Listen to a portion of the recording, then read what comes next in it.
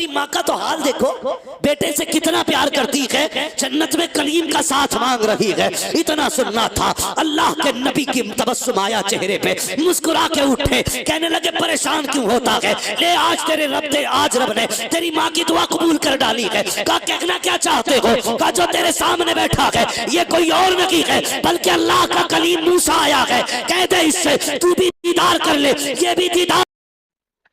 अस्सलाम वालेकुम दोस्तों, फिर एक नई तकरीर लेकर के आया हूँ। तकरीर मुफ्ती हम्माद रजा मुरादाबादी की तकरीर है और उन्वान जो है मूसा अलैहिस्सलाम का जन्नत का साथी कौन होगा। दोस्तों तकरीर को पूरा ज़रूर सुनिएगा। सुना होगा एक दिन हज़रत मूसा कलीमुल्लाह ने अर्ज़ की थी, मेरे मालिक वो बंदा कौन है जो जन्नत में मेरे साथ रहेगा। अल्लाह ने फरमाया महबूब मूसा देखना चाहते हो, कहा जी। का फला मकाम पे चले जाओ, उसकी दुकान है। गए, जाके देखा गोश्त काट रहा था, चक्कर में थे कौन सी नेकी इसने की है कि कलीम के साथ जन्नत में रहेगा। आप बैठ गए, बताया नहीं मैं कौन हूं, वो भी नहीं जानता था चेहरे से। बैठे रहे, सुबह से शाम हो गई, गोश्त काट के बेचता रहा। आपने देखा कोई नेकी भी इसने नहीं की। फिर सोचने लगे शायद रात को ये कयाम करता होगा। जब वो दुकान बंद करके चलने लगा ना, तो आप भी पीछे पीछे हो लिए। अब आपका तो वो अपना वतन था नहीं, उसने आपको चलते देखा, चेहरा नबी का चेहरा था, और नबी के चेहरे में वो कशिश होती है जो उसे देखता है देखते ही रह जाता है। देखा, कहने लगा वो हसीन चेहरे वाले कहीं बाहर से आए हो? फरमाया जी परदेसी हूं। कहा अच्छा, वो लोग कितने अच्छे थे? कहा परदेसी हो? कहा हाँ। कहा फिर? कहा अगर इजाजत दे तो एक रात तेरे घर गुजारना चाहता हूं। उसने कहा ज़हे नसीब मेहमान मेरे घर आए। ले गया बुला के। आप इस मकसद से गए थे कि देखे कौन सी इबादत करता है? फरमाते मैं देखता रहा। घर में गया, उसने जाके सबसे पहले खाना पकाया, तैयार हो गया खाना। आके कहता है मेहमान माफ करना, अगर तुझे अकेले खाना है तो अभी खा ले, और मेरे साथ खाना है तो इंतजार करना पड़ेगा। तो हज़रत मूसा सोचने लगे कि हो ना हो इसी बीच में कोई नेकी करता है।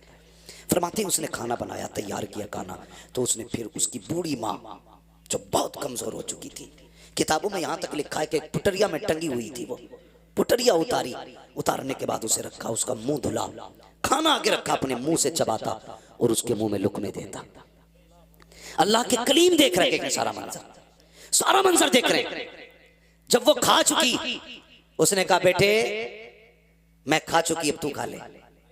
उसने कहा, फिर वो औरत ने जब खाने के बाद ना हाथ उठाए, वो कुछ कह रही थी, वो बेटा हंस रहा था। हजरत मूसा कहने लगे क्या कहा तेरी माँ ने? उसने कहा छोड़िए जनाब, ये तो ऐसी बातें करती है। कहा क्या कहा? कहने जब ये दुआ के लिए हाथ उठाती है तो वो मांगती है कि जो समझ में नहीं आता मिल जाएगा। कहा क्या? कहा जब भी हाथ उठाती कहती है अल्लाह मेरा बेटा खिदमत करता है, इसके बदले में बस इतना चाहती हूँ कि जिंदगी में मुझे मूसा का चेहरा दिखा दे और मेरे बेटे को जन्नत में मूसा का साथ अता फरमा दे। वो हंस के कहता देखिए जनाब, ये मेरी माँ ऐसी दुआ करती है, क्या ये हो सकता है? कहाँ कलीम, कहाँ मैं, और ये मेरी माँ का तो हाल देखो, बेटे से कितना प्यार करती है, जन्नत में कलीम का साथ मांग रही है। इतना सुनना था, अल्लाह के नबी की तबस्सुम आया चेहरे पे, मुस्कुरा के उठे, कहने लगे परेशान क्यों होता है, ले आज तेरे रब ने, आज रब ने तेरी माँ की दुआ कबूल कर डाली है। कहा कहना क्या चाहते हो? कहा जो तेरे सामने बैठा है ये कोई और नहीं है बल्कि अल्लाह का कलीम मूसा आया है, कह दे इससे तू भी दीदार कर ले, ये भी दीदार कर ले। और रह गई जन्नत में जाने की बात, तो रब ने बता दिया है जन्नत में मेरे साथ कोई और नहीं रखेगा बल्कि तू ही रहेगा। अल्लाह अकबर। ये माँ होती है, ये माँ होती है जो गैर मुमकिन को मुमकिन बना देती है। हाँ, गैर मुमकिन को मुमकिन बना देती है। कहा था ये कहती है हो जाएगा ऐसा, फरमाया हो चुका है। अल्लाह अकबर। ये माँ है, मगर मसला ये अलग है। हम वहाँ जा रहे हैं तावीज़ कराने, जिसके हाथ में 10 अंगूठी हैं, बाल कमर तक हैं, ठीक है, और मुँह यहाँ तक आ रही हैं, दिल में नमाज पढ़ता है, जाहिर में खाना खा रहा है, यहाँ बैठे बैठे हरम के कुत्ते मार रहा है। उसके पास जा रहे हो भाई, उसके पास जा रहे हो? ये उलमा बैठे हैं, जिम्मेदारी के साथ कह रहा हूँ। एक तरफ अगर 70 वली बैठ जाएं और तेरे हक में बद्दुआ करें, दूसरी तरफ तनहा तेरी माँ जिसके नाखून में गोबर, हाथ में मिट्टी लगी हो, कपड़े भी कई जगह से फटे हों, बुढ़ापे की झुर्रियां माथे पे हों, कोई शबाब कोई जाहिर खूबसूरती का ना हो, कोई सफाई सुथराई भी ना हो। फरमाया गया 70 वली बैठ के तेरे हक में दुआ करें। एक माँ बैठ के तेरे हक में दुआ करने लग जाए, अल्लाह 70 वलियों की टाल देता है, एक माँ की नहीं टाला करता।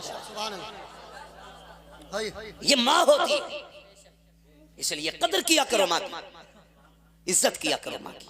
अल्लाह से दुआओं में मांगा करो, अल्लाह में माँ बाप का फर्माबरदार बना, वरना आप कलम वाले हो, कोट वाले हो, जायदाद वाले हो, कुछ भी हो, माँ बाप के नहीं हो तो कुछ भी नहीं हो, कुछ भी नहीं। आज जेब पे कलम लग जाए ना, जेब पे जरा सा कलम लग जाए तो फिर उसकी सारी पावर अब्बा को ही दिखा रहे हैं, अब्बा को दिखा रहे। अगर बाप ने कह दिया लल्ला इधर को हटिए, ये लल्ला इधर को हटिए, कह रहा दिखते नहीं हो, ड्रेस गंदी कर दी। और बेगैरत जिसके हाथों पे मिट्टी बता रहा है ना, तो अगर इसने अपने गंदे कपड़े पहन के मजदूरी ना की होती ना, आज तेरे बदन पे साफ कपड़े नहीं होते। हाँ, तेरे बदन पे साफ कपड़े नहीं होते। आज जिससे कह रहा है ना तुमने कपड़ों का ख्याल नहीं किया, अगर इसने अपने कपड़ों का ख्याल किया होता तो शायद कोई तुझे पहचानने वाला भी नहीं होता। हाँ, कभी ख्याल आया करे ना, वो क्या मेरे सामने, वो क्या मेरे सामने। मैं एक बात और कह के जाना चाहता हूँ, खुदा के वास्ते, जिस तरह बाप की इज्जत करते हो ना, बाप के बाद बड़े भाई की भी उतनी इज्जत किया करो, उतनी इज्जत किया करो बड़े भाई की। इसलिए जैगम भाई बाप के बाद भाइयों को बड़ा भाई बाप बन के पाला करता है, बाप बन के पाला करता है। कई भाइयों को मैं ऐसों को जानता हूँ, ये आंखों देखी बात है, कोई किताबी नहीं है जो हवाले मांगो मुझसे, आंखों देखी बात है कि भाइयों ने मजदूरी करके छोटों को पढ़ाया। आज जब वो सर्विस पे लगे, वो कल भी मजदूरी कर रहा था, आज भी कर रहा है। न कल उसके बच्चों का ठिकाना था, ना आज उसके बच्चों का ठिकाना है, और सारी चमक उसी गरीब को दिखाई जाती है। डर अल्लाह से, डर अल्लाह से। उसके हाथ में ठेला है, उसका कोई कसूर नहीं है। तेरे हाथ में कलम है, तेरा कोई कमाल नहीं है। ये सारे फैसले कुदरत के हैं। वो जिसे चाहता है फर्श पे डाल देता है, जिसे चाहता है अर्शों पे उठा देता है। इसलिए कदर किया करो रिश्तों की, खास करके उनके तो ज्यादा कदर करना जिन्होंने जिंदगी तुम्हारे लिए लौटा दी, जो जिंदगी तुम्हारे नाम कर देते। एक जमीन के इतने से टुकड़े की खातिर किसी पे हाथ ना उठाना, मैंड की खातिर, कमरे की खातिर, बिस्तर की खातिर कभी ना लड़ना। सब्र का रह जाएगा, सब्र का रह जाएगा। ये रिवायत हजरत अली की तरफ भी मंसूब है और हजरत मूसा कलीमुल्लाह की तरफ भी मंसूब है कि दो लोग आपस में ज़मीन के लिए लड़ रहे थे। एक कहता था मेरी है, दूसरा कहता था मेरी है। तो हजरत मूसा कलीमुल्लाह आ गए, वो कहने लगा कि आप फैसला कर दें ज़मीन किसकी है। आपने फरमाया ज़मीन तू ही बता किसकी है। ज़मीन ने सबक सिखाने के लिए एक जवाब दिया था। उसने कहा इन दोनों से कह दो, ना मैं इसकी हूँ ना मैं इसकी हूँ, इन्हें बता दो ये दोनों ही मेरे हैं। ज़मीन किसी की नहीं हुई है, सब ज़मीन के होने हैं, सही बात, सब ज़मीन के होने हैं। इसके लिए ना लड़ा करो। ये तो आई गई, तुमसे पहले नवाबों के पास तो इतनी थी कि वो चल नहीं पाते थे अपनी ज़मीनों में, घूम नहीं पाते थे अपनी ज़मीनों में। 600 नौकर रहते थे उनके दरबारों में खाली ज़मीन देखने के लिए। हैं आज 4 बिगल्ली है, फट गया, रोड पे आ गई तो मर गया। फिर कद नीचे थोड़ी आ रहे हैं, अगर हाईवे पे आ गई है तो सही है बात है। 4 बिगल्ली हाईवे पे आई है, मर गया, 3 करोड़ का रेट मिल गया। तू 3 का ना 30 करोड़ का बेच ले, और कफन में जब लिपट के जाए हम तेरे हाथ देखने आएंगे, कितने लेके जा रहा है, कितने छोड़ के जा रहा है। कुछ नहीं लेके जाओगे, सिर्फ अमल लेके जाओगे, दुआएं लेके जाओगे अपनों की। किसी का दिल रखा है तो वो खुशियां आप लेके जाओगे, किसी को दुख से निकाला है तो वो मुबारकबादियां आप लेके जाओगे। वरना मैं ऐसे जनाजे भी मैंने देखे। एक साहब का जनाजा जा रहा था तो एक गैर मुस्लिम आया, बोले जरा रोको रोको, इनका जनाजा नीचे रखो, मुझे मुंह देखना है। लोगों ने रख दिया, यार करीबी है, पड़ोसी है, देखना चाह रहा, दिखा दो। जानते हो उसने कफन हटवा के क्या कहा था? उसने कहा था प्रधान वो जमीन के कागज किधर हैं जो तुमने मेरी जमीन पे कब्जा किया था। बेटों की शर्म से नजरें झुक गई थी। ये आंखों देखी वाली बात कर रहा हूं। वो कह रहा था वो जमीन किधर है जो तुमने मुझसे जबरदस्ती ली है, लेके जा रहे हो या छोड़ के जा रहे हो? वो भाई अगर किसी ने जनाजा रोक के इतना कह दिया तो समझ लेना ना दुनिया में खैरियत है ना आखिरत में खैरियत है, ना आखिरत में खैरियत ना दुनिया में खैरियत। ऐसी जिंदगी जी के जा, तेरे जनाजे के पीछे कोई यतीम रोक के कहे अफसोस रोटी खिलाने वाला चला गया, अफसोस कोई पानी पिलाने वाला चला गया, अफसोस ईद पे कपड़े बनाने वाला चला गया।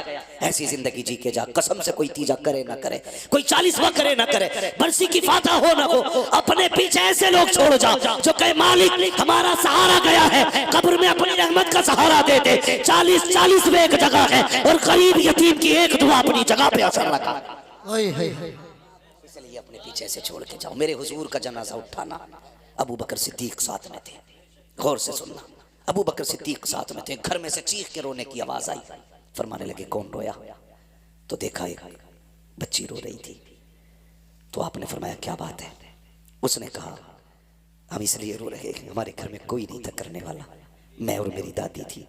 हुजूर हमारी बकरियों का दूध निकालने आया करते थे, आज के बाद हमारी बकरियों का दूध कौन निकालेगा? मैं छोटी हूँ, दादी बूढ़ी, हम तो भूखे रह जाएंगे। अबू बकर सिद्दीक ने बच्ची को सीने से लगा के कहा था, बेटी परेशान मत होना, ये हुजूर का करम है कि जाते जाते अबू बकर को तेरे घर का पता दे जा रहे हैं। अबू बकर को तेरे घर का पता दे के जा रहे हैं। फरमाने लगे बेटी आज के बाद अबू बकर आया करेगा, पूरी दौरे खिलाफत में आप उनके घर जाते, बकरियों का दूध दूते और उनको दे के आया करते थे। यार कम से कम ऐसी जिंदगी गुजार के जाओ, ऐसी जिंदगी गुजार के जाओ। हम तो अगर यतीमों पे हाथ भी रखते ना तो कैमरा पहले लगाते, फोटो पहले लेते थी। मैंने यतीम के सर पे हाथ रखा, मैंने गरीब को सीने से लगाया। ये क्या मसला है? पढ़ो ना आप तारीख। मदीना शरीफ में ना एक ऐसी बूढ़ी भी थी जिसका कोई नहीं था। जब काम तकसीम हुए ना, हजरत उमर फारूक आज़म और सहाबा कैसे लोग थे, कैसे लोग थे, नेकियां ढूंढा करते थे। कहीं काम मिल जाए ऐसा जिससे नेकी में, भाई इसे सही कर लो यार, कहीं काम मिल जाए ऐसा जिससे नेकी। पता चला एक बूढ़ी है जिसका कोई नहीं। हजरत उमर गए, दरवाजा खटखटा दिया, आवाज आई कौन? कमा तेरे दरवाजे पे आया हूं मैं, इजाजत दे तो आज से तेरा काम करूंगा, तेरे घर का काम आज से मैं किया करूंगा। बूढ़ी ने कहा नहीं बेटी, नहीं बेटे, तू घर के मेरे काम मत करना। आपने जिद की सिर्फ इसलिए ताकि नेकी मिल जाए किसी की मदद की। तो बूढ़ी कहने लगी तू है कौन? अम्मा मुझे उमर कहते हैं, मुझे उमर कहते हैं, माँ इजाजत दे तेरे घर के काम करूं। तो माँ कहने लगी बेटे कोई है जो आता है मेरे घर का काम करके चला जाता है? हजरत उमर कहते हैं क्या नाम है उसका? तो बूढ़ी कहने लगी नाम तो उसने आज तक नहीं बताया, आज तक उसने नाम नहीं बताया, आज तक नाम नहीं बताया उसने। अच्छा फिक्र हुई कि चलो आता कब है? रात को आता है या किसी भी वक्त आता है, काम कर जाता है। हजरत उमर कहने लगे देखूंगा कौन है वो।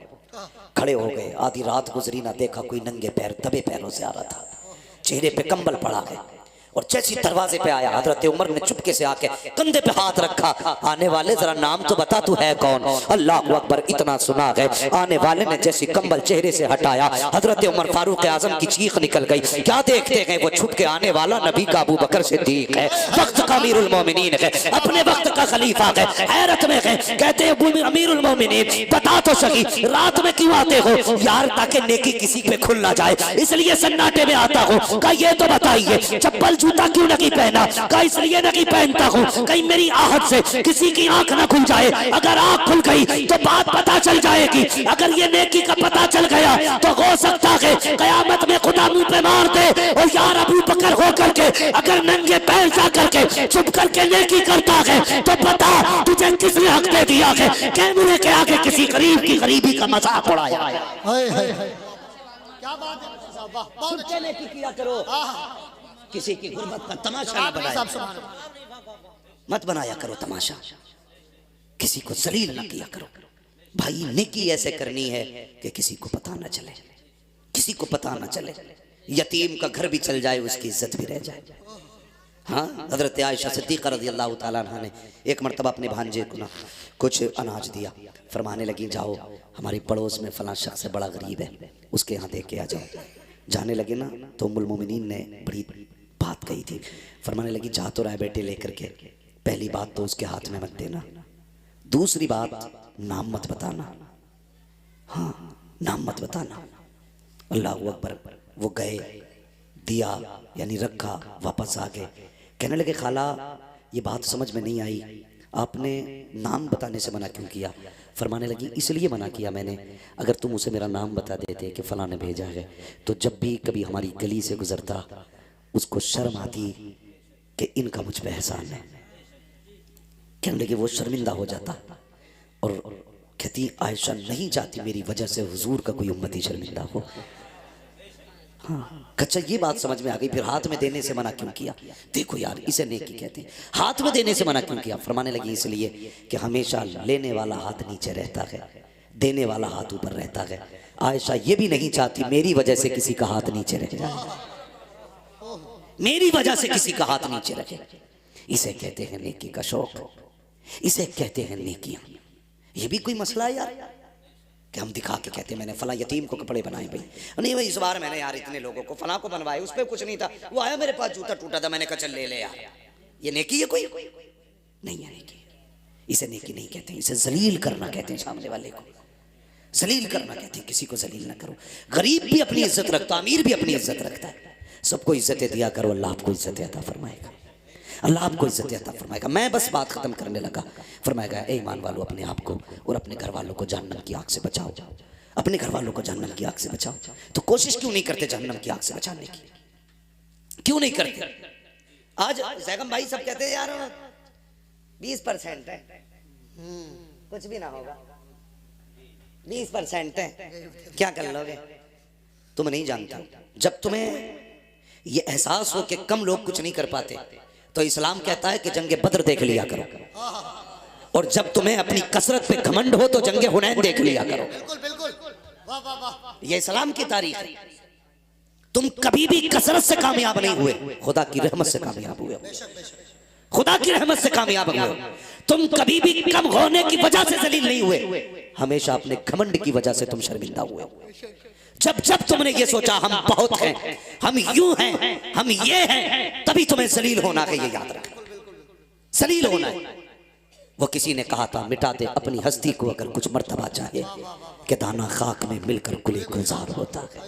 एक बात याद आ रही है, बता दूं, जरूरत इस वक्त की ये नहीं है कि हमारी तादाद बढ़ जाए, जरूरत इस वक्त की है कि हम सब के सब इकट्ठे हो के हुजूर की चौखट पे आ जाए। इस वक्त ये जरूरत है, हुजूर की चौखट पे आ जाए। चर्बी चढ़ गई है लोगों की आंखों में। हाँ, हर जमात, शिया अपनी जमात बढ़ाने पे लगे, राफजी अपनी जमात बढ़ाने पे लगे, खारजी अपनी जमात बढ़ाने पे लगे, वहाबी अपनी बढ़ाने पे लगे हैं, सब अपनी अपनी बढ़ाने पे लगे। हम हैं कि अपनी काटने पे लगे, हम अपनी जमात को काटने पे लगे, हम घटाने पे लगे। निकालो इसको, ये मौलवी ठीक नहीं, ये पैसे लेता है, ये हंसाता है, ये बातें करता है। अपना काम करना। खुदा तू नहीं है, खुदा वो है जिसने पैदा किया है। तुझे हिसाब नहीं देना, हिसाब उसे देना है जिसने पैदा किया है। अपनी सोच, दूसरे की फिक्र मत कर। हम एक दूसरे की जड़ें काटने पे लगे। मिटा दे अपनी हस्ती को अगर कुछ मर्तबा चाहे, कि दाना खाक में मिलकर गुले गुलजार होता है। खत्म कर अपने आप को, ये मैं खत्म कर दे, अना खत्म कर दे। जब मस्जिद में जाके तू ये सोचेगा ना मैं नमाज पढ़ने आया हूं, अल्लाह सजदे मुंह पे मार देता है। तूने ये सोच भी कैसे लिया मैं आया हूं? ये वो चौखट है, एक ही सफ में खड़े हो गए महमूद अयाज, ना कोई बंदा रहा ना कोई बंदा नवाज। खत्म करो अपने आप को, अना खत्म कर दो, मिटा दो, भूल जाओ कि हम भी कुछ हैं। अगर छोटे से भी गलती हो जाए तू माफी मांग ले, क्या चला जाएगा? उससे कहते माफ कर दे, कसम खुदा की। इतना कह दोगे ना, खुदा भी राजी हो जाएगा, मुस्तफा भी राजी हो जाएगा। सारे करबला वालों से मोहब्बत करते हैं ना, करते हैं कि नहीं? सबको हसनैन करीमैन से प्यार है ना। अल्लाह ताला हमें उनकी मोहब्बतों का सदका अता करे। मैं सिर्फ एक बात कहना चाहता हूँ, हसनैन करीमैन दोनों भाइयों में किसी बात को लेकर के नाराजी हो गई। 3 दिन गुजर गए ना, 3 दिन गुजरे तो इमाम हुसैन ने इमाम हसन को खत लिखा। कहा भाई नाना की हदीस याद नहीं है कि मोमिन से 3 दिन से ज्यादा नाराज नहीं रहना चाहिए? ये लिखा तो उधर से खत आया, नाराज है दोनों, मिलने नहीं आए।